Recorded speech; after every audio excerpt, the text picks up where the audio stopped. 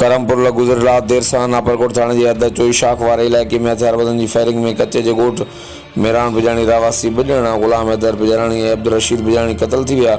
वाक़े जो कारण बिजाणी ते हाणे खूनी तकरार ॿुधाए पियो वञे। होॾां इतलाह ते ॻोठाणा वाक़े वारे हंधि पहुता त जी नापरकोट पुलिस ॻोठाणनि जी मदद सां ॿिन्ही नौजवाननि जा लाश पोस्टमार्टम लाइ खानपुर अस्पताल मुंतक़िल कया।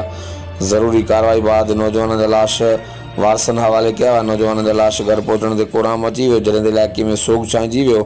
क़तल थियल नौजवाननि जी अॼु अबाणे क़ब्रिस्तान में तदफ़ीन कई वेंदी। वाक़े जो केस दाख़िल न थी सघियो। वाक़े जो कारण बिजाणी ते हाणे खूनी तकरार ॿुधाए पियो वञे। धुरनि में हलंदड़ पुराणे खूनी तकरार जो निबेरो 6 महीना अॻु कयो वियो हो।